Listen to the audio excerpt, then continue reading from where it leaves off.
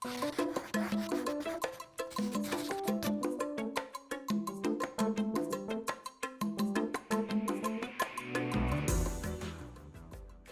welcome to Essential Ingredients. I'm Justine Reichman, your host, and this morning with me guest co-hosting is Lynette Johnson. It's the second time we're co-hosting this episode today, and I couldn't be happier. She always brings with her great guests. Today is no exception. So welcome, Lisa, and welcome, Lynette. And I couldn't be happier or more pleased to have both of you with me today. Thank you so much. Justine, I'm excited to be here for the second time. And yeah, absolutely. I've brought with me today an amazing guest, Lynette Johnson, and I will let her tell you all about herself. Just a quick note about me. I'm an independent researcher by now with a background in horticulture, and most of what I study is food loss and food waste in agricultural production and figuring out strategies to reduce that. We're actually supposed to reduce that by 50% by the year 2030, according to the UN Sustainable Development Goals. So working hard at that. And joining me today, joining us, is the wonderful Lynette Johnson with an amazing background and history. And I can't wait to share her with y'all. Thank you, Lisa. Thank you, Lynette. Lynette, we're super excited to have you here. Learn a little bit about you, learn a little bit about St. Andrews and the mission that you're on. So if you would, just tell us a little bit about yourself. So I'm the executive director of the Society of St. Andrew, which is the nation's oldest and largest gleaning organization. So gleaning is a practice left over from ancient times where people go into the fields after commercial harvesting is done and they pick, dig, or gather whatever food is left over to share with hungry people. So that's what our organization is all about. And we've been doing this for about 42 years. Wow. And I'm glad you explained what gleaning meant, because I was going to ask that, just because some of our listeners, I fear, maybe might not know what gleaning was. So that's super exciting. And how did you get into this? What were you doing before? Were you always in gleaning? No, I was not always in gleaning. So I spent the first third of my career, or maybe the first half of my career, working in churches. And while I was working in churches, I learned about the Society of St. Andrew and thought that their mission was about the neatest thing ever. And at some point in that time, we moved to an area in Virginia close to where the Society of St. Andrew is headquartered. And every time we would drive through the little town where they're headquartered, I would point it out to my children and say, the Society of St. Andrew's here. They're using fresh fruits and vegetables to feed hungry people, and I'm going to work for them one day. So here I am. Wow. Don't we all wish we could say that and then actually do it? Quite a journey, but glad to be here. Yeah. Well, that's great. That's great. So I'm curious though. So how long have you been at St. Andrews now? I've been there almost 11 years. Wow. Almost 11 years. And when you got there, what was the mission of St. Andrews at that time? Same mission all this time. When I was hired by Society of St. Andrew, they actually moved me to Tennessee to open a new office in Tennessee to get gleaning started in the state. So I did that for about 3.5 years before coming back to Virginia, still working with the organization. Wow. So have you seen a huge amount of change between then and now? I guess what's changed between then and now, first of all, is that the idea of food shouldn't be wasted has become popular in that time. So starting around 2012, people started taking notice that food was going to waste and deciding that really this is something that shouldn't happen. So there's been a lot more publicity. Certainly social media has really grown leaps and bounds since that time, and that's helped get the word out as well. So for the first 30 years that the Society of St. Andrew was recovering fruits and vegetables to feed hungry people, we were the only group in the space. So nobody else was even thinking about doing what we were doing.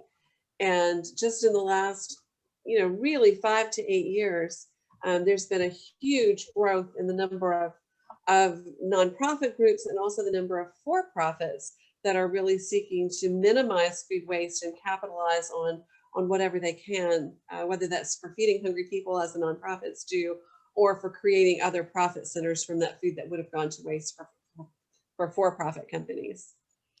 So Lisa, can you jump in here? I'd love to hear what your thoughts are on there. And if you could maybe pinpoint what you think was that pivotal moment there that fostered this sort of where these companies jumped in and all of a sudden sort of took notice.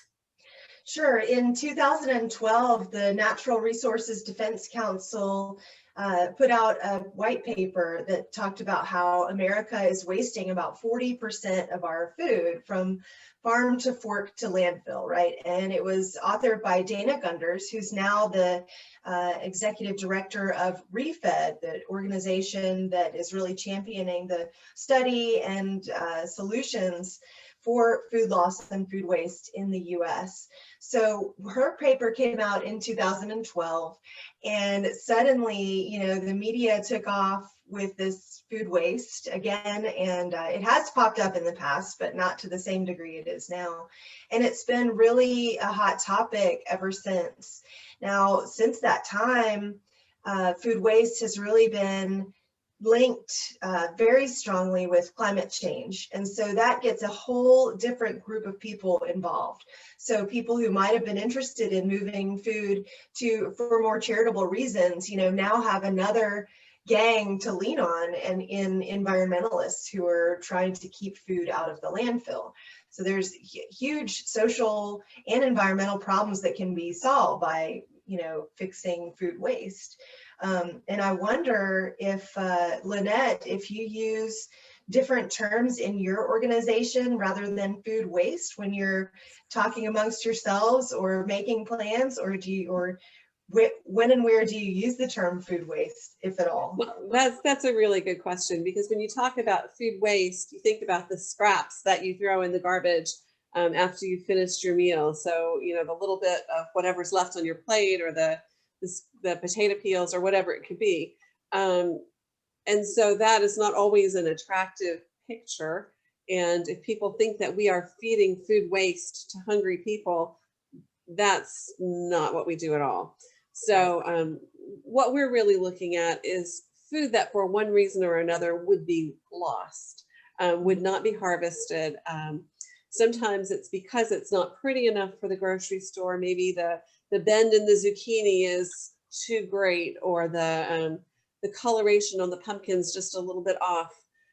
So there could be reasons like that. Sometimes it's that the farmer's labor has moved on to another field and they don't have anyone left to harvest again. So there are all sorts of reasons why this food is left behind, but none of that is to state that it's not good quality food or not worth eating. It's all food that you or I would be glad to have on our tables. Mm-hmm.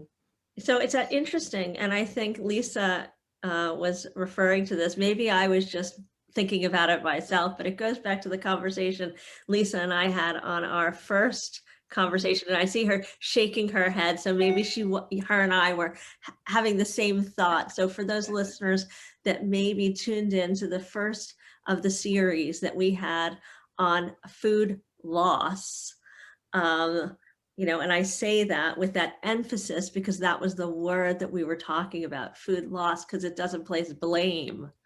I don't know if that rings a bell to anyone else listening, but we were having this conversation around the words that people choose. I don't know if that, means, if that sort of speaks to you at all, but a lot of times people use these words like food waste, and we're placing blame on the farmers when it's really not the farmer's fault. Sometimes things fall off the trees, sometimes there's too much, sometimes it's a funny shape, and it's nobody's fault, and there's nothing wrong with it.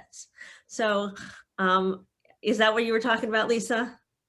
Oh, absolutely. Yeah. And I've actually started using another term for the food that's left behind on farms, because there's a lot of opportunity there. There's a lot of potential still in that food, and much of it is social, which is, why Lynette is keen to tackle this issue, right? You can solve social problems with this food. But I've been starting to call it post-harvest yield potential, which is a little, technical, but for so long in horticulture, we've studied post-harvest loss. And you know, it's been a huge topic for 100 years or more within the horticulture community. But in, you know, as far as the US is concerned, post-harvest loss, especially in fruit and vegetable crops, has been something that happens to other people, not us in the US. And so we have really focused a lot of energy and resources and research on tackling the low-hanging fruit related to these problems in other countries, like providing packaging or refrigeration or transportation options that don't damage fruit or vegetables, because that's easy for us. We've already figured it out. But we really haven't turned the mirror on ourselves and looked at post-harvest loss in horticultural products here in the US. And so nobody wants to look, you know, and find out what that is. So I've been starting to refer to it as post-harvest yield potential, because there's still a yield out there if it's worthwhile to go and get it. What do you think, Lynette?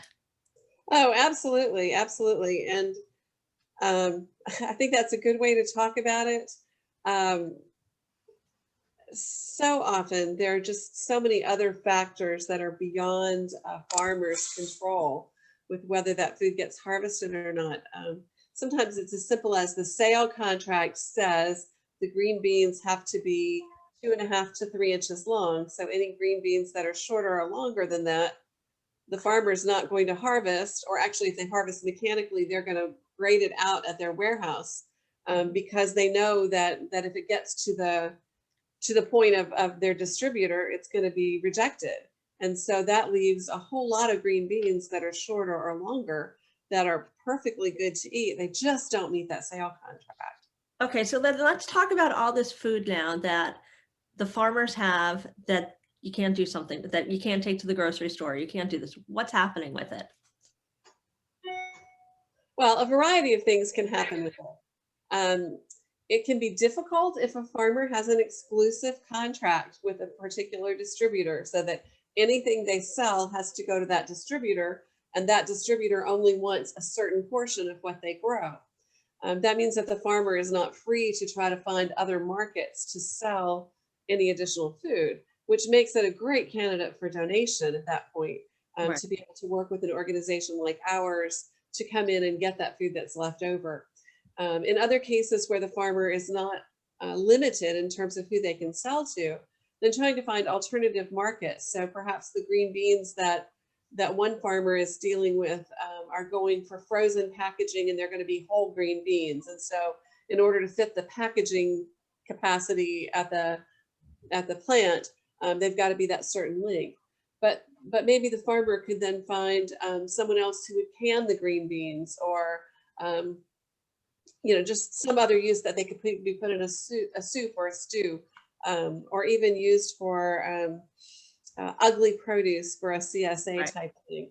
So there might be a lot of other uses for that food if the farmer is not in an exclusive contract. So what can a farmer do with this exclusive contract, and how can they deal with these issues? Like, I'm waiting for you to figure that one out, Justine. okay. That sounds like a problem I want to fix. Yeah, well, it is, That sounds like a problem often, that I really want to fix, because I feel like there's a win-win in there somewhere. there should be. Unfortunately, our growers often get the short end of the stick. And even when they might have a contract where a lot of things are specified, like the volume, the date, the price, and the quality are already locked in, something can go wrong. And generally speaking, it's not the buyer that pays the cost of the thing going wrong. It's the And farmer. so, yes. And so we do have a means to kind of deal with this within our government called PACA, and it's a group or organization of mediators that try to find solutions to problems when they pop up, or find the solution to a disagreement if there's a problem between a buyer and a seller. But very often, if something is packed and it's on a truck and it doesn't have a place to go, it can end up in a landfill. Now, if something is in the field and it's not being harvested because of a contract or because it doesn't fit specifications, it's very likely going to be plowed under. Essential Ingredients is powered by Next Gen Chef. Next Gen Chef is a movement that supports food and beverage entrepreneurs around the world by fostering a sense of community and providing its members access to mentors and a wealth of resources and guidance. Next Gen Chef feeds members with the knowledge they need to build better for you food and beverage businesses so the world can have greater access to healthier food, comprehensive food education, and increased affordability. If you like what you hear on this podcast, continue the conversation or ask new questions on the Next Gen Chef app, available in the Apple Store and Google Play. Follow Next Gen Chef on Instagram, LinkedIn, and Facebook at Next Gen Chef. Join Next Gen Chef and let's change the future of the food industry together. So is this an opportunity for us to talk to our listeners here, whether they're founders, whether they're attorneys, whether they're anybody out there that has an idea or wants to solve this problem, to reach out to us? to leave us a note on our I talk to people all the time that are working on solving these problems. So, in this case, though, in solving the problem of food loss and food waste, it really requires everybody at the top of their game to get this done. It's not something that one person can fix. It's going to take everybody sort of holding hands and making it happen. But it's going to be a traumatic change to our food system as it is. And, I feel like many people say, oh, the food system is broken. But, if you feel like it's broken, jump in and do something about it. That's what we're doing here. We're changing the future of food, right? We're doing it together. Yeah. So. And I think that there's a lack of understanding, perhaps, in the population generally about the volume of food that we're talking about here. If it's 40% of what's grown in this country is never eaten, is there 40% more demand to eat that food? So that's a real question too. Yeah, I think so. And I'd love to hear, if you could talk a little bit more about that and sort of give some insight into the numbers that we're really talking about here to our listeners. I think that would give them greater insight. Well, so estimates of the quantity of fruits and vegetables that are wasted, I've seen anything from 20 billion to about 40 billion pounds. I don't know, Lisa, do you have any better numbers than that? 20 billion seems low to me, but. Yeah, it's a difficult challenge to try and put figures on these things because, like I said, we haven't been turning the mirror on ourselves very much. For the last few decades, the only data we have on fruit and vegetable losses and fruit and vegetable waste in the United States have come from a broader data set from the Food and Agricultural Organization of the United Nations. And so by their estimate, we lose and waste about 50% of the vegetables and fruits that we produce throughout the supply chain, right? From production through distribution and transportation, through retail, and then on into consumption. Unfortunately, what's not included in that number is what gets left behind in the field. And so that's even a low estimate. So these are things that we're only just beginning to understand. Now, Lynette and I have both spent a lot of time in the field and have a sense of the scale of what's left behind on farms. In my research, what I understand from across a variety of 8 southeastern crops, I have seen an amount equivalent to 42% of what's marketed still sitting there in the field that's still good to eat, but just was not harvested for whatever reason. And I had a question for Lynette exactly on this topic because Lynette, you mentioned that there are a lot more nonprofits popping up to try and recover this food, but there are also for-profits that are working in this same space. And there has been some controversy over the past few years over this supply, where it should go and where it shouldn't go, and different people have different ideas on this. Are you familiar with this controversy, and what do you think about all of that? First of all, I think there's way more food than anybody's thinking about. So there's plenty of food for all the nonprofits to recover, and there's plenty of food for all the for-profits to be thinking about how they're going to work with it. See, you and I are on the same page, Lynette. That's exactly how I answer that question when people ask me. You know, I was at an event, October a year ago, and there were some folks who were being highlighted because they had found a way to use some fruit pulps to create jelly beans with. But their whole project used like 10,000 pounds of fruit pulp. You know, and so that's great, but 10,000 pounds, we moved 46 million pounds of food last year. So 10,000 pounds, not very much. You know, not even a drop in the bucket. So there's plenty of food out there to be recovered, and there's no reason for any of us to be protective of our territory or stepping on each other's toes either, because it's there. Yeah, people ask me that all the time, and I just tell them there's more than you'll ever be able to understand. There's more food out there than we can even put our heads around. Right. There's lots of opportunity for people to get creative and figure out how to solve this problem.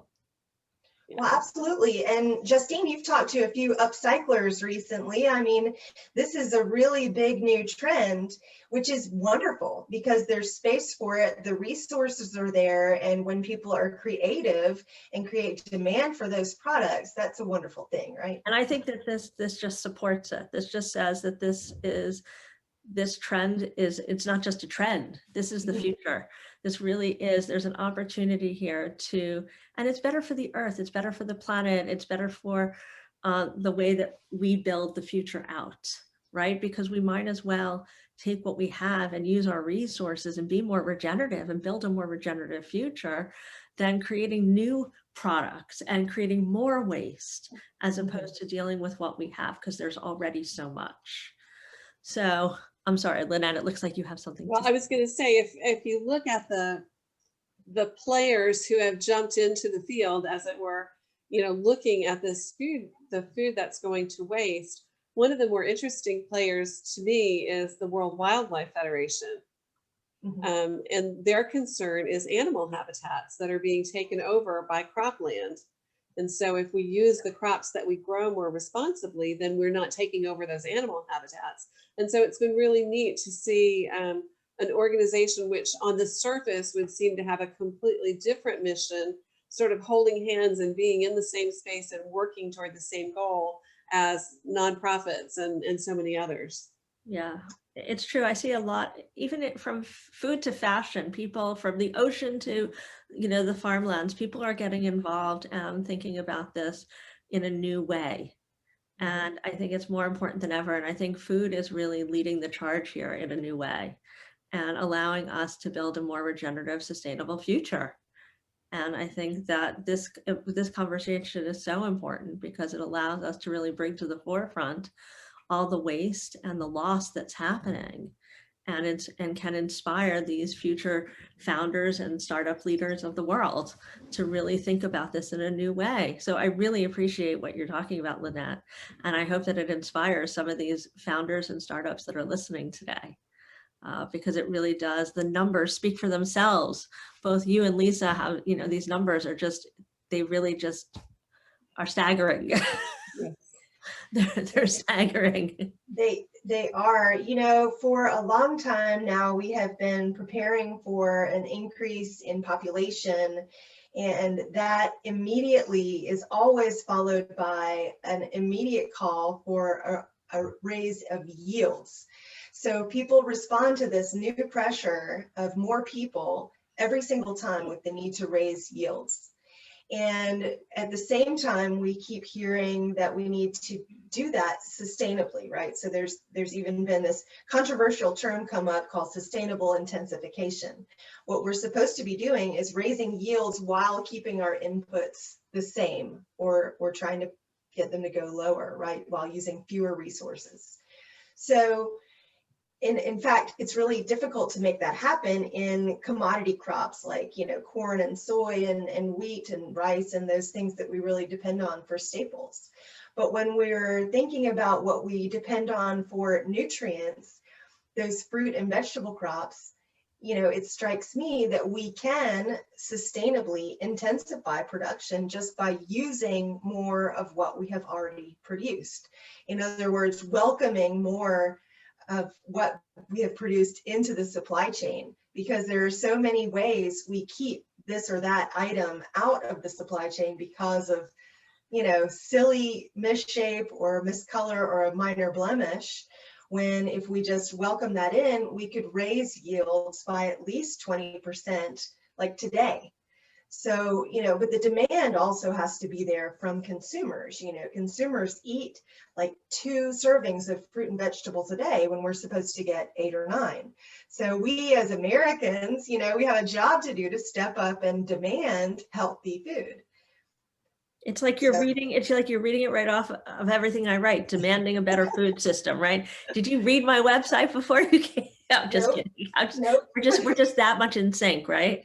Simpatico, yeah. Simpatico. I love that. The other thing that as you're saying this and you're talking about what people eat and the proportions that we eat, I'm also thinking about the number of restaurants out there and what they look for, and how if a tomato is not perfectly shaped or the perfect color, they don't want it, right? Because they need it to be, if they're going to serve it on their plate with their buffalo mozzarella, that tomato needs to be a certain red and a certain shape, because they can't serve it to their guests otherwise. So I think there also needs to be some sort of education around this, because that tomato, whether it's exactly that shape or this shape, can taste equally as good. And I don't think that we need to throw out that tomato and not serve that tomato just because it doesn't look like the other tomato. Right. So where do we get those, imprinted images of what a tomato is supposed to look like? When we see it in a magazine or on the side of a bus, it's pretty perfect, right? What if we gardened, all of us? Would we know that fruit and vegetables don't turn out perfectly every time? Yes. You might want to check out my garden. It's far from perfect. It's quite brown. Quite brown. Right. So, I think that telling the story that food is just food, no matter what it looks like, is important too.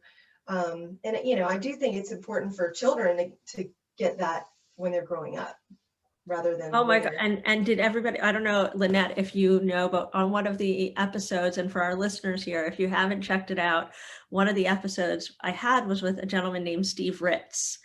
I don't know, Lisa, if you caught that episode. Lynette, if you haven't, listeners, if you haven't caught it, it's really about educating kids from early on about food and how important it is in their education and how it changes the trajectory of their life, not just on the way that they eat, but the way that they think, the way that they're raised, the way that they build a life for themselves. And I think it goes exactly to what you're saying, because if we can learn about it at a young age, we then change the way that we think about it. It's like we're changing the story in our head about it at a young age, and we learn how to grow up with it and maybe change the future of food also for the next generation, the generations after that, so that there's a lot less food loss. Is that what we're going with now? Yes. Is that the choice words that we're choosing? Absolutely. Yeah. But Lynette, I want to get back and just talk a little bit more about you and about what you're hoping to achieve with the future of food, whether it's through St. Andrews or on a personal level, or actually both, through St. Andrews and on a personal level, because you're so ingrained in this. I would just love to hear from you a little bit about that. So what we find at the Society of St. Andrew, our average recipient will get 7 servings of fruits or vegetables from us in a year. And it's good, it's helpful, but it's not going to change their life to receive 7 servings of food from us. And so the lives we find that are changed are the lives of our volunteers. The folks who go out into the fields to harvest this food that's left over, they realize how hard the work is, and they develop a concern for farm laborers. They take the food that they've harvested to a soup kitchen or a shelter or a feeding program of some sort in their community, and they put a face on hunger at home, what hunger looks like. And if we're ever going to build a will for systemic change, to raise the minimum wage, to do whatever it's going to take to end hunger, it's going to take all of those folks, the people who are volunteering with us and with all the other agencies, to raise their voices and say, this is important, it matters. And we need to operate differently, all of us, in order to change what's happening to those who are really struggling at the margins. I love that. That really talks to the root problem and sort of gets you really to the cause, and creates change. Exactly. It's creating change at the, on a systemic level. So I love that. So, and if you were going to talk to the founders and startups listening to us out there, what recommendations or tips might you give them? I would say start slowly. If you're working with farmers, recognize that you are dealing with highly knowledgeable people who have studied and worked, and they're earning their livelihood in the field. And what you know is probably very little compared to what they know about what they grow and what they have available. So you want to be building relationships, and you want those to be lasting for the long term. So it's not a come in and let me grab what you have left over and walk away with it. It's how can we work together to see that this food is harvested. So I just would really focus on the relationship building. One of the things that we're working on in our organization right now is being sure that all of our staff have the same food safety training that farmers have to have, so that we know the issues that they're dealing with in their fields, and we're not accidentally creating a problem for them by stepping somewhere where we shouldn't be stepping or whatever. Well, that's great. And I think it's so important because it puts them in their shoes and it allows them to better understand the training that they've had so they can be empathetic and also knowledgeable. So they're not just sort of making recommendations, but not necessarily without understanding. It comes from a place of knowledge. So that they can really better understand what tools they have to work with and what some of the guidelines are that they're working within. So I think that's really important. So Lisa, as we come to a close here and we wrap this up, and Lynette, this has been so amazing. I love all this information and I just love what you're doing. As you look down the line, 3-5 years, what are you hoping to achieve personally with St. Andrews and the future of food, and how you hope to change the future of food? Well, I think what our goal as an organization would be more volunteers on the ground in more places, so that we're gleaning at farmers markets and lots of new locations. We have supporters all over the country who provide money to us to help our organization, but we'd like them to be hands-on as well. So really looking at ways that we can expand with these groups that are already working with us in one way or another, to expand their knowledge and help them see what's going on the ground on their location. So if there was anybody listening today that wanted to be able to participate or volunteer, how would they get in touch with you to be able to do this? So if they go to our website, endhunger.org, there is a link on our homepage for volunteering, so they could sign up to volunteer. If we don't have a program working in their area already, we'll refer them to another gleaning organization that might be working where they are, to try to get them involved. Wonderful. I think that that's so great. And the other thing I'll say is that we've are inviting everyone that's listening to this podcast to join the Next Gen Chef app, and it's free. And these podcasts will be on the Next Gen Chef app, and there'll be a community board, and there'll be an opportunity to further connect with the guests from the podcast, so that if you want to continue this conversation, you can send a note, you can send an email, and we will do our best to make sure that both Lynette and Lisa do get this. We're going to invite them to join us on the app there, where they will put their profiles, hopefully, and be able to connect with you one-on-one, so you can continue this conversation with them, not through me, but directly. There'll be a community board, there'll be a way to connect with them via text, etc. So you can direct questions to them. So I want to thank our guest, Lisa. I want to thank you again so much for making this possible, and for your great insight, and for joining me and making this such a fun experience. Sure. Can I add one thing? You can add 3 things or 4. This year, I'm really excited to be a part of a research project with the Society of St. Andrew, focusing on the state of Tennessee. We have partnered with the Tennessee Department of Environment and Conservation and have secured funding from the Environmental Protection Agency to study the surplus available in the state. So we will be working with gleaners on the ground to collect data on what surplus is left, in what crops, in what region, and therefore be able to make some recommendations as far as policy to be able to support growers in using that surplus in hopefully what becomes a win-win scenario. So it's been a really great experience for me to get to become a little closer with Society of St. Andrew, since we work in such a similar area. And so I'm really excited about this project this year. Lisa, where will the listeners or the guests be able to get updates on this? Lynette, are you putting updates on the Tennessee regional page? So our Tennessee regional page for endhunger.org, and then social media, Instagram and Facebook. I think we're calling the program Row by Row. Yeah. Okay, so keep us posted, and maybe we can put something on the app for you and keep people connected so that they can know when updates come out. Sounds good. You're going to have some fans here, I know it, because we're doing this series, and so people are going to be following along and following Lisa and the Johnson & Johnson ladies to stay up to date on what's going on with St. Andrews and all the research going on. Well, thanks so much, Justine. Thank you guys so much, both. And I just want to thank our listeners and our guests for tuning in today. Essential Ingredients is here every week. Every Tuesday, we drop a new episode, and we are here to change the future of food.